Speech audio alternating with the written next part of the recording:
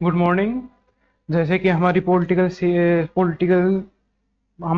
पढ़ने की सीरीज चली हुई है, उसमें से हमने अभी तक जितना भी पढ़ा है वे सभी के सभी हमारे चैनल के ऊपर अपलोड हो चुकी हैं। आज हमें पढ़ना है parliamentary control over executive. But parliamentary control को पढ़ने से पहले हम एक छोटा सा टॉपिक पढ़ लेते हैं, फाइनेंस बिल का। क्योंकि जब ये समझ में आ जाएगा तो फिर आगे के हमारे टॉपिक्स थोड़े इजी हो जाएंगे समझने में। आप सभी को क्या करना है, वही तरीका अपनाना है। आप सभी को बस अपना चित्त शांत करते हुए ध्यान से सुनते रहना है। मैं यहाँ पर लिखने नहीं वाला हूँ, आप बस ध्यान से सुनने वाला। अगर आप इसे ध्यान से सुन लेते हैं तो आपकी इतनी अंडरस्टैंडिंग डेवलप हो जाएगी कि इस टॉपिक से रिलेटेड जितने भी क्वेश्चंस आएंगे मेंस के अंदर, वे तो आप डेफिनेटली कर ही पाएंगे। जो मैं यहाँ पर फैक्ट वगैरह बोल रहा हूँ, ये आप अगर ढंग से समझ लेते हैं तो आप कहीं से भी अगर इन्हें पढ़ेंगे, लक्ष्मीकांत वगैरह से भी, तो आपको इजिली याद हो जाएंगे। बस आप ध्यान से सुनते रहिए। पार्लियामेंट्री कंट्रोल को पढ़ने से पहले हम पढ़ रहे हैं फाइनेंस बिल को, देख रहे हैं एक बार। देखो भाई, आर्टिकल 117 के अंदर है ना फाइनेंस बिल। ये दो तरह के बिल्स के टाइप को बताता है आर्टिकल 117। पहला होता है फाइनेंस बिल, जो इंट्रोड्यूस करता है एक नया टैक्स। देखो मेरे कहने का क्या मतलब, मेरे कहने का मतलब है आर्टिकल 117 इसके अंदर फाइनेंस बिल है। ये आर्टिकल दो टाइप्स के फाइनेंस बिल को बताता है।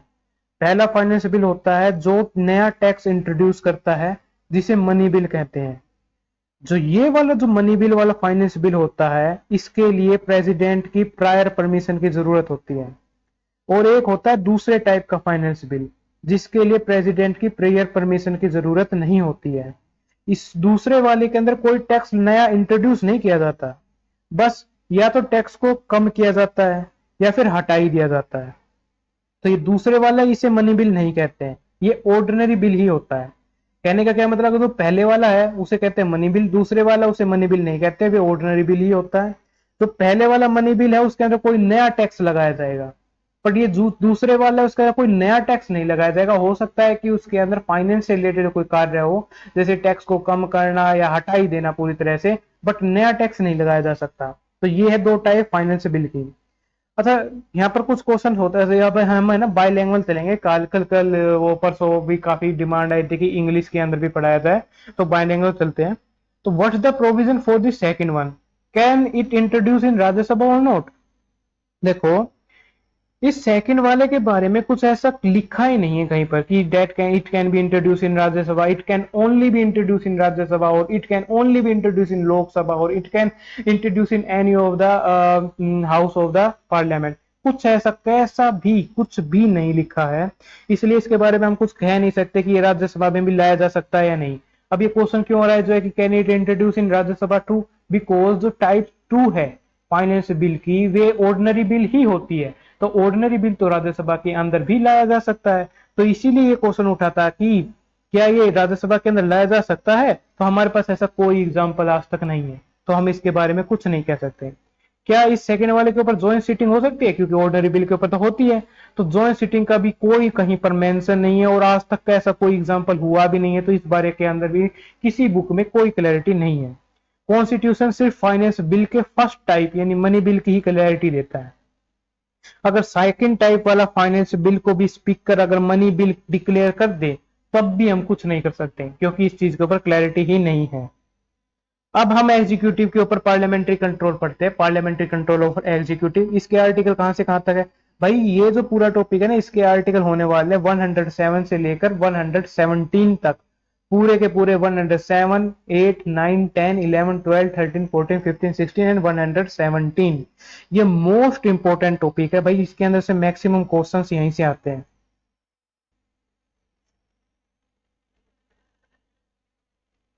Legislature, executive and judiciary. अब ये एक चीज मुझे यहां पर क्वेश्चन खड़ा होता है कि भाई, पार्लियामेंट है, वे कंट्रोल कर लिए एग्जीक्यूटिव के ऊपर, क्यों भाई। लेजिस्लेचर, एग्जीक्यूटिव और जुडिशरी, तीनों का ना हमें कुछ क्वालिटीज देखनी होगी, जिसके कारण आप समझ पाएंगे कि मैं ये क्वेश्चन क्यों उठा रहा हूं। देखो, अच्छा क्वेश्चन बनाने के लिए भी ना अच्छी अंडरस्टैंडिंग होनी चाहिए। जब तक अच्छी अंडरस्टैंडिंग नहीं होगी ना, तो अच्छा क्वेश्चन भी नहीं बना पाएंगे। जो मैंने ये क्वेश्चन बनाया ना कि लेजिस्लेचर, एग्जीक्यूटिव और जुडिशरी तीनों एक ही लेवल पर है, तो ये कंट्रोल कैसे दिखा दिया एग्जीक्यूटिव के ऊपर। ये क्वेश्चन तब तक आपको समझ में नहीं आएगा मैं कह रहा हूं जब तक हम इसकी कुछ क्वालिटीज ना देख लें। क्वालिटीज क्या है, ध्यान से सुनो। लेजिस्लेचर, एग्जीक्यूटिव और जुडिशरी ये तीनों की तीनों एक ही लेवल पर होते हैं, एक ही लेवल पर।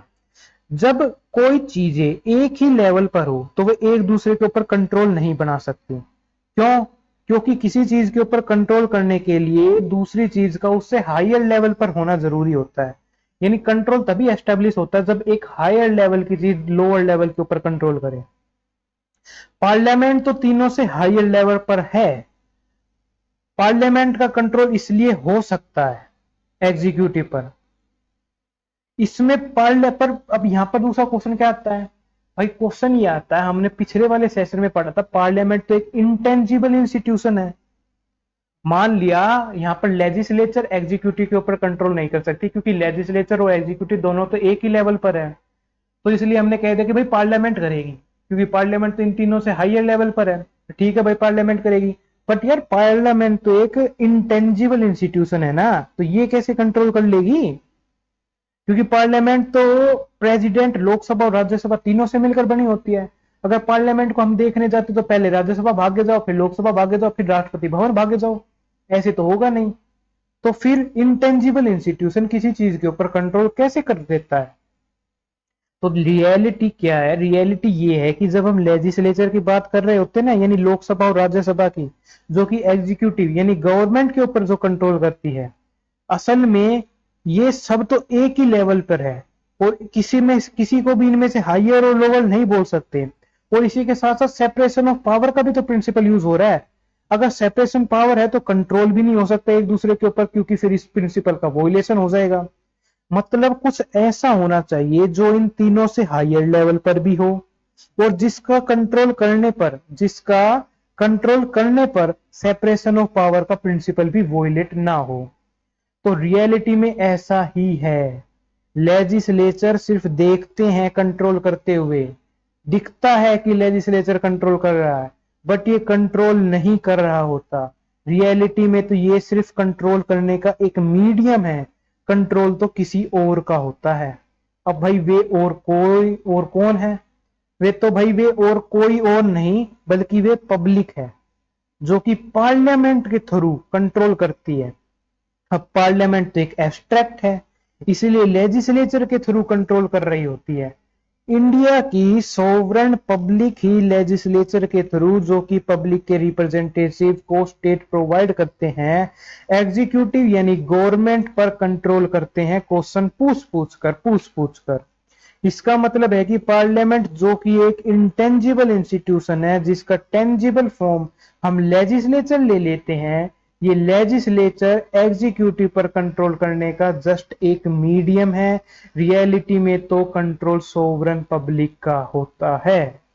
कहने का क्या मतलब है? कहने का मतलब हम एक चार्ट बना सकते हैं जिसमें नेशन सबसे ऊपर होता है, उसके नीचे कॉन्स्टिट्यूशन होता है, कॉन्स्टिट्यूशन के नीचे हम लिख सकते हैं पब्लिक को, पब्लिक के नीचे लिख सकते हैं पार्लियामेंट को, पार्लियामेंट के नीचे लिख सकते हैं हम लेजिस्लेचर, एग्जीक्यूटिव और जुडिशरी को। सिर्फ क्वेश्चन पूछकर ही नहीं, और एक चीज और ध्यान रखना, सिर्फ क्वेश्चन पूछकर ही नहीं बल्कि पार्लियामेंट के जितने भी कमिटीज होती है ना, जिन्हें कहते हैं पार्लियामेंट्री कमिटीज। अब ये हम पढ़ेंगे पार्लियामेंट्री कमिटीज के बारे में, जो हमने एक पुराना टॉपिक भी किया था कैबिनेट कमिटीज। अब हम पढ़ेंगे आगे बाद में पार्लियामेंट्री कमिटीज, दोनों में क्या डिफरेंट होता है वे भी देखेंगे। पार्लियामेंट्री वर्ड जुड़ जाने से कमिटीज की कैसे नेचर चेंज हो जाता है ये भी समझेंगे। तो जो जितनी भी कमिटीज बनती है ना, ये भी कंट्रोल करती है एग्जीक्यूटिव पर। क्यों? क्योंकि यार इन कमिटीज के अंदर भी एमपीज ही होते हैं, ये भी एमपीज से मिलकर ही बनी होती हैं। एमपीज क्या होते, कौन होते हैं? वे होते हैं पब्लिक के रिप्रेजेंटेटिव्स। यानी यहां भी पब्लिक ही एग्जीक्यूटिव पर कंट्रोल करती है, क्योंकि कमिटीज का काम यही होता है कि एग्जीक्यूटिव वर्क्स को अकाउंटेबल बनाए रखे। हम पार्लियामेंट्री कमिटीज के बारे में आगे पढ़ेंगे तब आपको और ज्यादा अच्छे से समझ में आ जाएगा। अब इंडिया का जो पार्लियामेंट्री सिस्टम ऑफ गवर्नमेंट है, the parliament is the highest institution for law making. मैं थोड़ा बायलैंग्वेज भी कर दे रहा हूं। It is formed on the basis of the independent views of the people. Fine. Parliament is an abstract institution which does not have a physical form, which is made by the two houses of the legislature. First one is Rajya Sabha, second one is Lok Sabha. Rajya Sabha and Lok Sabha act as a forum where interactions take place between the members of the government and the people's representatives. Fine. Hence, it would be more logical to say that the control of parliament over the executive is actually the control of the people of India through the legislature.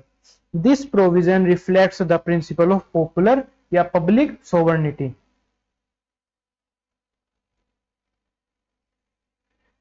भाई अब हमें parliament के executive पर control करने के methods देखने, methods भाई ये मेथड्स दो टाइप के होते हैं, पहला एडमिनिस्ट्रेटिव कंट्रोल, दूसरा फाइनेंशियल कंट्रोल। बट कॉन्स्टिट्यूशन में तो फाइनेंशियल कंट्रोल के बारे में ही लिखा भाई, एडमिनिस्ट्रेशन के बारे में तो लिखा ही नहीं है, यानी एडमिनिस्ट्रेटिव कंट्रोल के बारे में। ऐसा क्यों है भाई? तो भाई समझो, the theory of A political science says that in a coalition system, especially the financial control of the parliament must be very strong. Only then it will be able to function properly. Otherwise, the government may become arbitrary and finances will start getting misused. That's why the provision of financial control have been specified in the constitution, whereas the provisions of administrative controls are not there in the constitution, such as question hours, 0 hours, short duration questions, committees. These are not mentioned in the constitution. There is a procedure manual for this, but on the other side, provisions of the financial control, who will present the budget, how the bill will be introduced, how it will be passed, all are written from article 112 to 117. Money bill, finance bill, etc. Everything is written so that there is no confusion and the government cannot misuse it. If it is included in the constitution, then the judiciary will have direct control, otherwise the court will also be excluded in this matter and autocracy will prevail. So यही reason है। Finances में दो चीजें होती है, पहला financial transparency और financial accountability.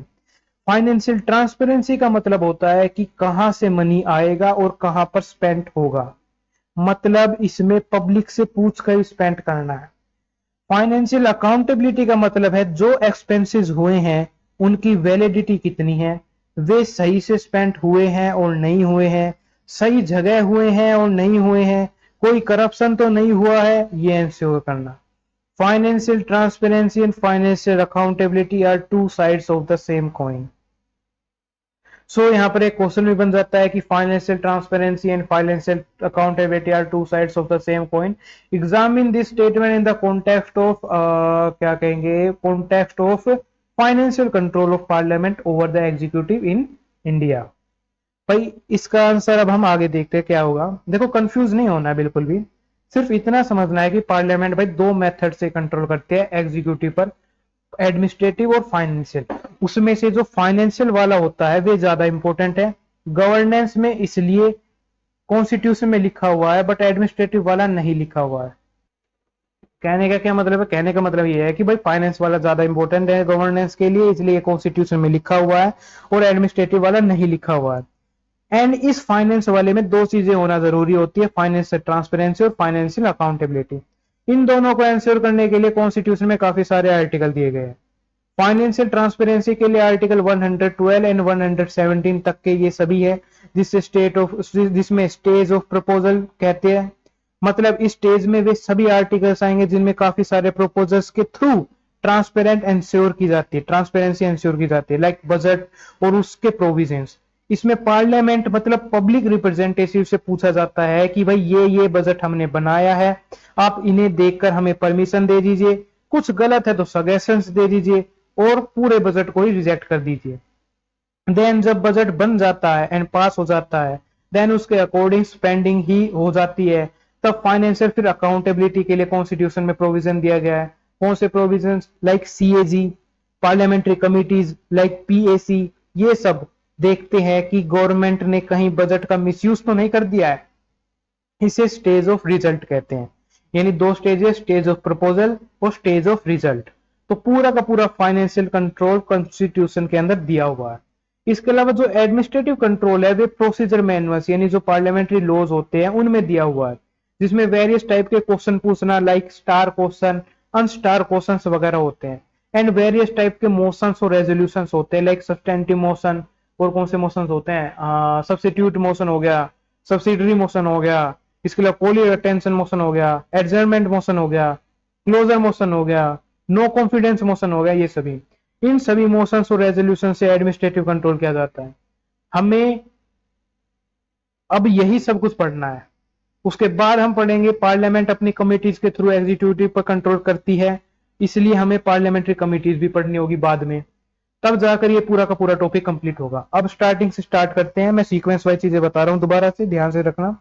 Parliamentary control over the executive, first one control over finances, इसके अंदर दो स्टेजेस होती है, stage of proposal and stage of result. Second one is administrative control, इसका पर्पज होता है, the purpose of such control is make the government accountable for its administrative work. There are three methods for such control. First one is different type of questions like starred and unstarred.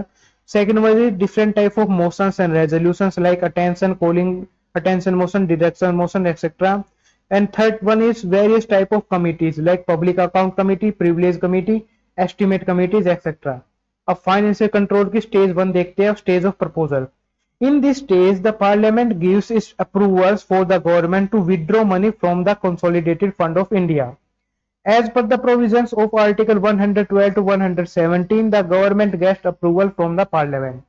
And what is the state of result? Stage of result, in this stage, the stage in which the validity and quality of the money spent by the government is checked. Spend करने से कितना target achieve हुआ, अगर quality less हुई है तो मतलब बीच में कहीं घपला हुआ है। कहने का क्या मतलब है भाई, अगर ढंग से स्पेंड किया गया होता तो सही आउटकम निकलता, फाइन। अगर ढंग से स्पेंड नहीं हुआ है, यानी टारगेट ढंग से अचीव नहीं हुआ है, या टारगेट की जो क्वालिटी होनी चाहिए थी उतनी क्वालिटी नहीं है, लेस क्वालिटी है, यानी बीच में कहीं लीकेज हुआ है फिर मनी का, यानी कहीं बीच में करप्शन हुआ है। तो in this stage the CAG report is reviewed by the public account committee. CAG report पर हम क्वेश्चन उठा नहीं सकते, वे ट्रांसपेरेंट होती है भाई, कॉन्स्टिट्यूशन के अंदर पहले दिए हुए थे, तो उसके ऊपर तो क्वेश्चन उठा मत देना। CAG दो चीजें देखता है, जिस चीज के लिए परमिशन ली थी उसी पर स्पेंड किया गया है, और किसी और चीज पर तो स्पेंड नहीं कर दिया है, गलती, ये करप्शन का मीडियम होता है। दूसरी चीज देखता है कि एक्सपेंडिचर की क्वालिटी कितनी है, अगर क्वालिटी खराब है यानी बीच में कहीं लीकेज हुआ यानी करप्शन हुआ। तो पब्लिक अकाउंट कमेटी होती है, ये CAG की रिपोर्ट का फिर रिव्यू करती है, बताती है कि इतना अमाउंट वैलिड है और ये चीजें हैं जिस पर CAG को भाई डाउट है। इन चीजों के ऊपर गवर्नमेंट अपना जस्टिफिकेशन दे, अगर परफॉर्मेंस कम है मतलब क्वालिटी खराब है तो इसका भी जस्टिफिकेशन दे। ये सब PSC अपने रिव्यू रिपोर्ट में लिखती है। PSC में एक लीडर ऑफ अपोजिशन होता है, तो गवर्नमेंट की बैंड बजाने की पूरी कोशिश करते हैं, देन गवर्नमेंट को फिर जस्टिफिकेशन देना पड़ता है। पार्लियामेंट में रखी जाती है ये सभी रिपोर्ट्स, सो दैट कि पब्लिक को पता चले एंड गवर्नमेंट को वहीं पर जस्टिफिकेशन देना होगा, जिससे कि पब्लिक को सब कुछ पता चलता रहे एंड ट्रांसपेरेंसी बनी रहे, क्योंकि एट लास्ट तो भाई मनी तो पब्लिक का ही है ना। अब हमें पढ़ना है अगला एनुअल फाइनेंशियल बिल, यानी जिसे बजट कहा जाता है वे। चलो भाई अगला पढ़ते हैं एनुअल फाइनेंशियल स्टेटमेंट, जो कि बजट कहा जाता है। इसका आर्टिकल है 112, कॉन्स्टिट्यूशन प्रोविजन कहते हैं, मतलब इस आर्टिकल को 112 के अंदर कॉन्स्टिट्यूशन के अंदर ये दिया गया है। अब इसके देखो कुछ चीजें समझते हैं, एक एग्जांपल लेके। एग्जांपल क्या लेते हैं, मान लीजिए हम 2024-25 का बजट ले लेते हैं। भाई 2024-25 का बजट प्रेजेंट हुआ था 1 फरवरी 2024 को, फाइन। इसमें एस्टिमेट करते हैं 2023-24 के फिजिकल ईयर का स्टेटस। बट यार जो 2023-24 चल रहा है ना, उसमें अभी 2 मंथ रहते हैं। क्यों? क्योंकि यार 1 फरवरी को प्रेजेंट हो गया, तो फरवरी और मार्च रहते हैं। क्योंकि बजट प्रेजेंट ही हमने 1 फरवरी को कर दिया था, तो फरवरी और मार्च तो रह ही गए। तो किसी भी बजट में 3 ईयर की इंफॉर्मेशन होती है, 3 सालों की। करंट फिजिकल ईयर जिसके 2 मंथ कैलकुलेट करने रह जाते हैं, प्रीवियस फिजिकल ईयर जिसका होल इंफॉर्मेशन होती है 12 के 12 महीनों की, और नेक्स्ट फिजिकल ईयर जो अभी आने वाला है जिसके लिए बजट बना है उसका एस्टिमेट।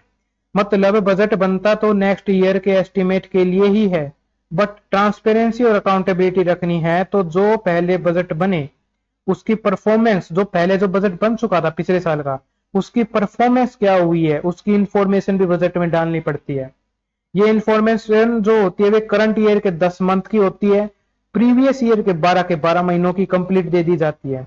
बजट इंक्लूड करता है the amount that comes from the consolidated fund and the amount date does not come from the consolidated fund, दोनों के दोनों को इंक्लूड करता है। हमारे घर का बजट होता है जिसमें इनकम और एक्सपेंडिचर दोनों की इंफॉर्मेशन होती है, वैसे ये बजट भी होता है।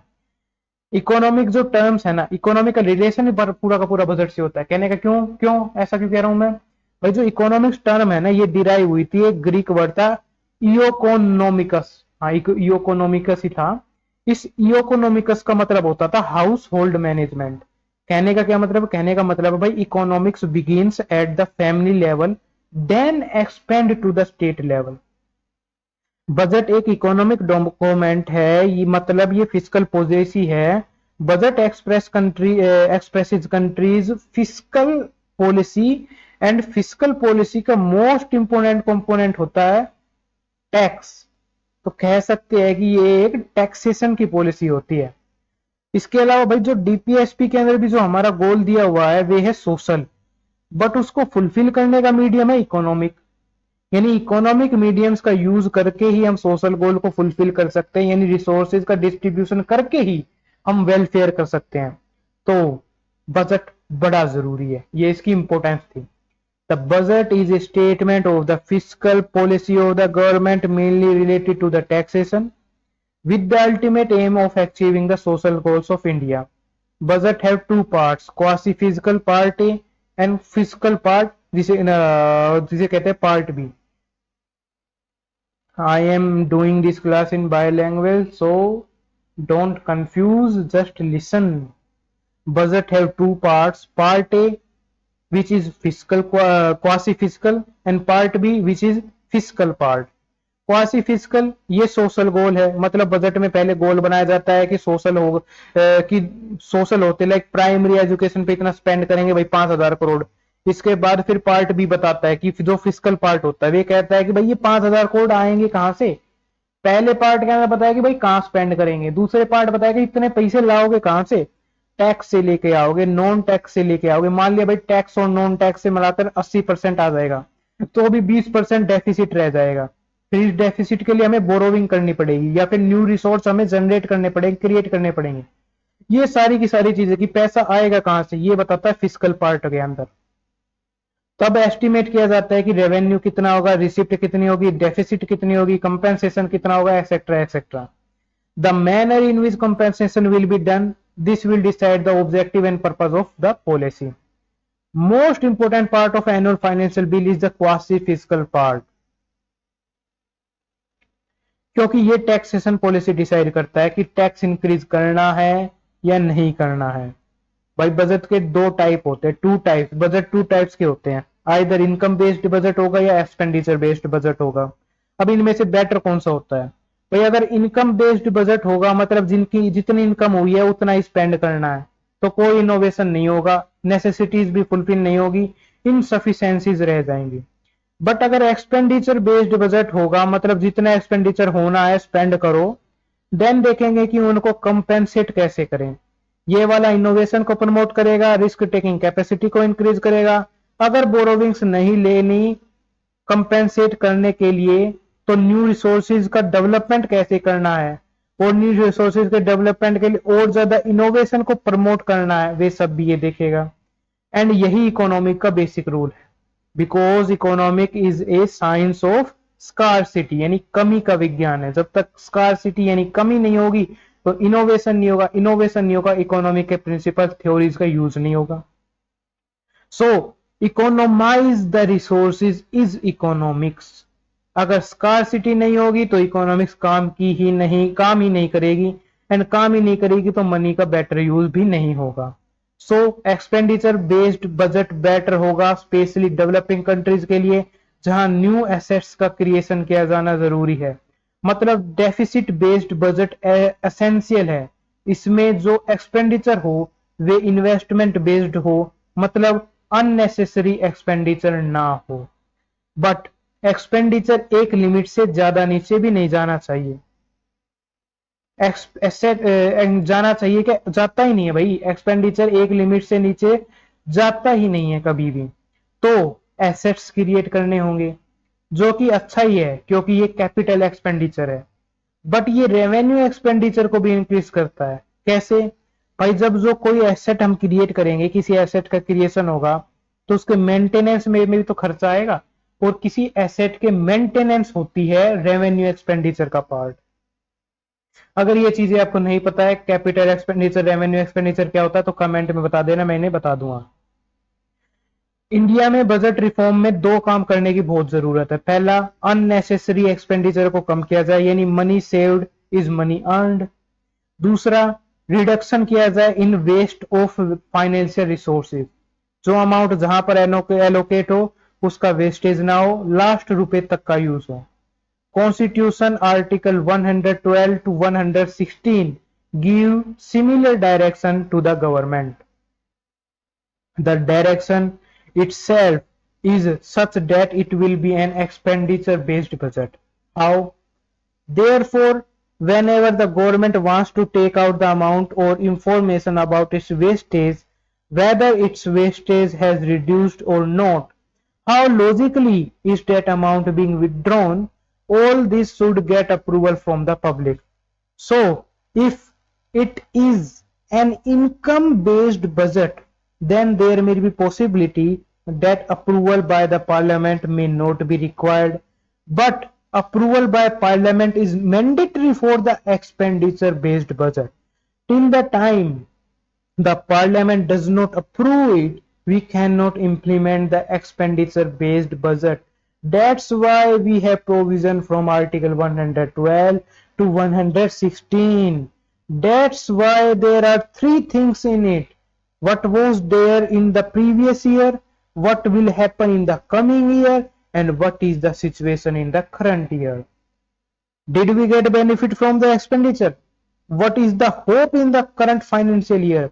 Are we moving ahead on the same basis or something else? So ये अंडरस्टैंडिंग यहाँ पर कंप्लीट होती है। देन क्वेश्चन अराइज होता है, what is the difference between budgeting and forecasting? Budget making is always factual based, I mean data based, and forecasting is always based on expectations.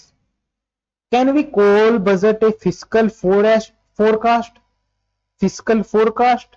No, it is not a forecast that we have or hope this will happen. No, we have collected data, and based on data we have estimated, so we cannot call budget a fiscal forecast. Not at all. Every government works on social sector model, क्योंकि politically अगर strong होना है तो social sector पर government को expenditure करना ही होगा। Common person की नेसेसिटीज क्या है ये देखनी होगी, जो कि कॉन्स्टिट्यूशन बेस्ड एक्सपेंडिचर होता है। फ्लो मतलब आटा कहां से आएगा ये देखना होगा। कॉमन पर्सन को इसकी टेंशन होती है, इसलिए जो फ्री देने का पॉलिटिकल वेव चली है ना, फ्री बस, फ्री इलेक्ट्रिसिटी एक्सेट्रा एक्सेट्रा, ये एरा ऑफ पॉपुलिस्टिक पॉलिटिक्स है। लास्ट के 20 साल में ये सोशल सेक्टर स्कीम्स के थ्रू होता था, बट पार्टीज ने ये डायरेक्टली मनी के फॉर्म में अब अपॉर्चुनिटीज पॉलिटिक्स के रूप में देना शुरू कर दिया है। तो बजट जो होता है वे बजट ही अपॉर्चुनिटीज पॉलिटिक्स का मोस्ट इंपोर्टेंट इंस्ट्रूमेंट है। कहने का क्या मतलब है, budget is the most powerful economic document for political benefits. Fine.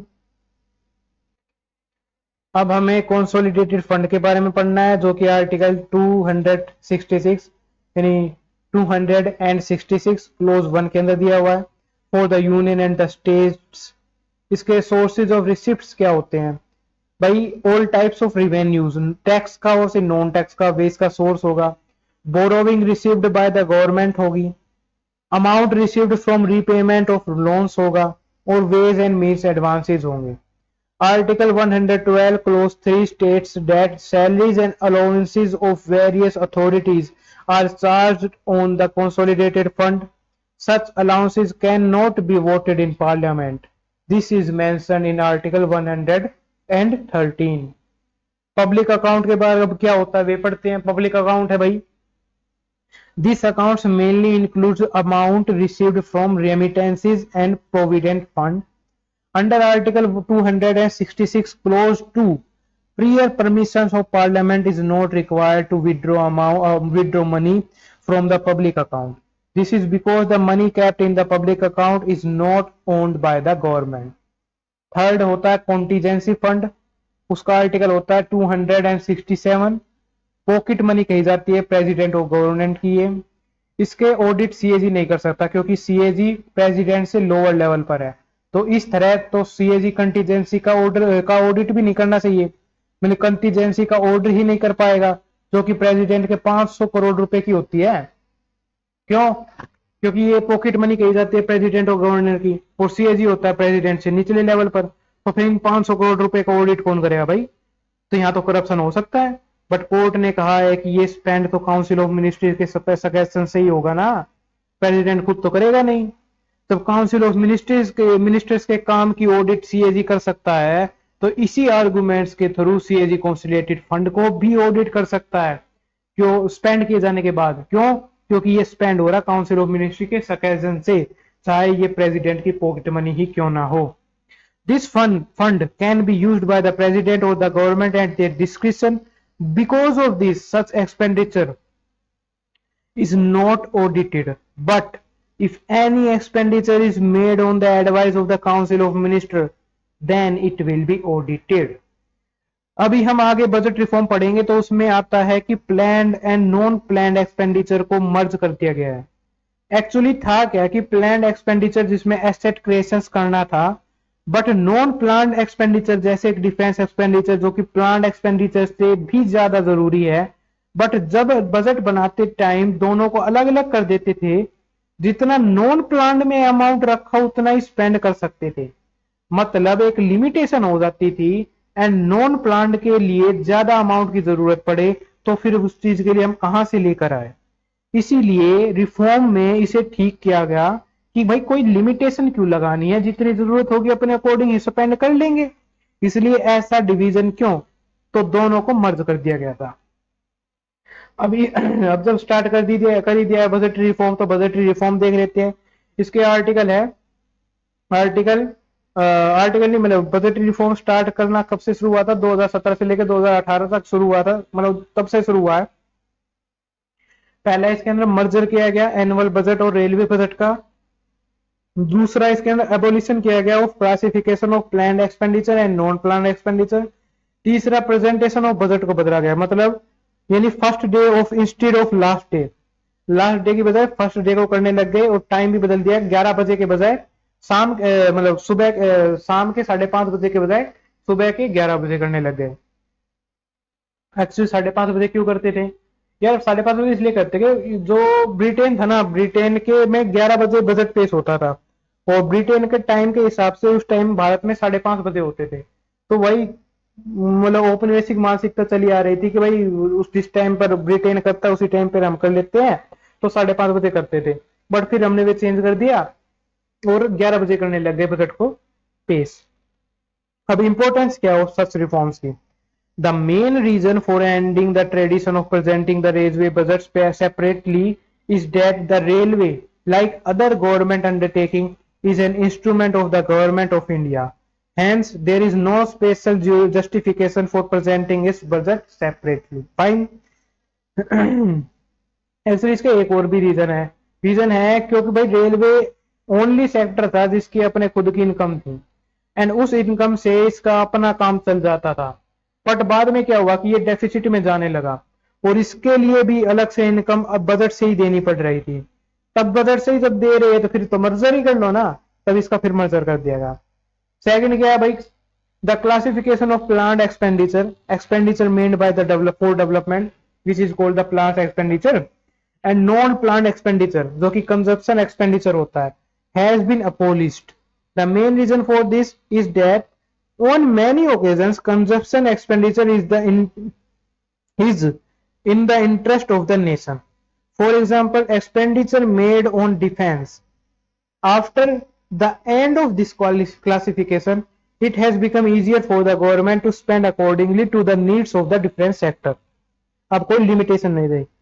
Generally, it was seen that due to presenting the budget on the last day of the February, it took about 2 months for it to be passed by the parliament and implemented. Due to this, the government used to withdraw money from the consolidated fund and advance through vote and account. Although work started with the beginning of the financial year, but the amount used to be insufficient in various areas. As a result, many programs were delayed. भाई क्या होता था कि जैसे IAS officer कह देते कि budget तो आया नहीं है 2 महीने के बाद, क्योंकि पास ही लेट हुआ था। 2 महीने के बाद आया बजट क्योंकि पास लेट हुआ था। तो पार्लियामेंट से जो बजट लेट पास हो रहा है, इसके कारण बजट पहुंचेगा भी लेट में। जब पहुंचेगा लेट में तो फिर जो योजनाएं चलाई जा रही है उनका इंप्लीमेंटेशन चलाया जाता है वे लेट होगा। और जब वे लेट होगा फिर बाद में पूछा जाएगा अकाउंटेबिलिटी ब्यूरोक्रेट्स की, भाई तुमने पूरा टारगेट पूरा क्यों नहीं करा। तो वे कहेगा भाई 12 महीने का टारगेट क्यों देख रहे हो, 10 महीने का टारगेट देखो, बजट तो 2 महीने लेट आया है। तो ये प्रॉब्लम होती थी। इसके बाद टाइप्स ऑफ बजट है like traditional budget, line item budgeting, overcome budget और outcome budgeting, gender budgeting etcetera etcetera. ये सब आप इकोनॉमिक्स में पढ़ चुके होंगे, इकोनॉमिक्स में पढ़ते रहते हैं सारी चीजें। कॉन्स्टिट्यूशन में एनुअल फाइनेंशियल स्टेटमेंट लिखा हुआ है बट एनुअल फाइनेंशियल बिल नहीं लिखा हुआ है। ऐसा क्यों है, अब इसकी अंडरस्टैंडिंग लेते हैं। Because annual finance bill is the work related to tax and imposing and removing tax is the work of the government, या फिर कह सकते हैं administration. So there is no mention of administrative work in the constitution. You know na? The constitution gives direct guidelines to the executive, meaning guidelines should be given to the executive and not to the government.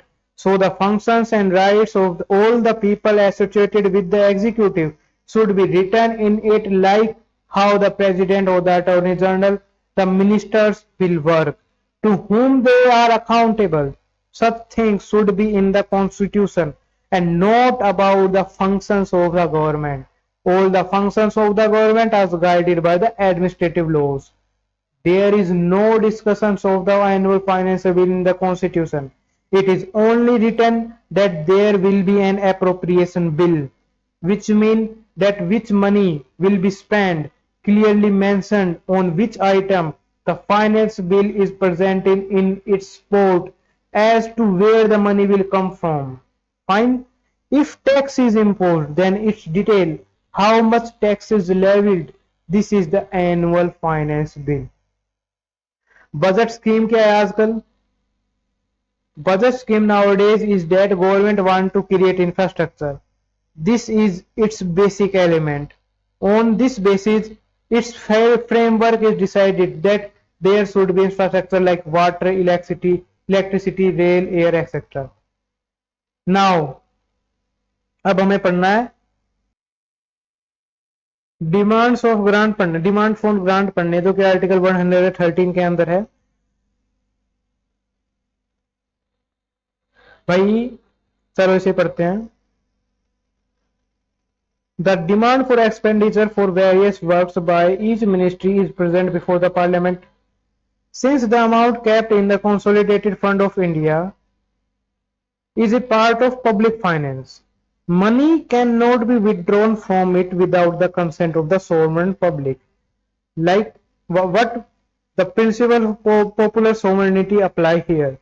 The article 113 जो demand for grant के लिए है states that the demand for grants shall be placed before the Lok Sabha on the recommendation of the President. The same article also states that the Lok Sabha shall have the power to accept or reject or reduce such demands. The concept of cut motion has evolved from this provision. Generally, a single demand for grants for a ministry or division is presented, but large size ministries can present more than one demand. अब हमें देखना structure of demand for grants का क्या है।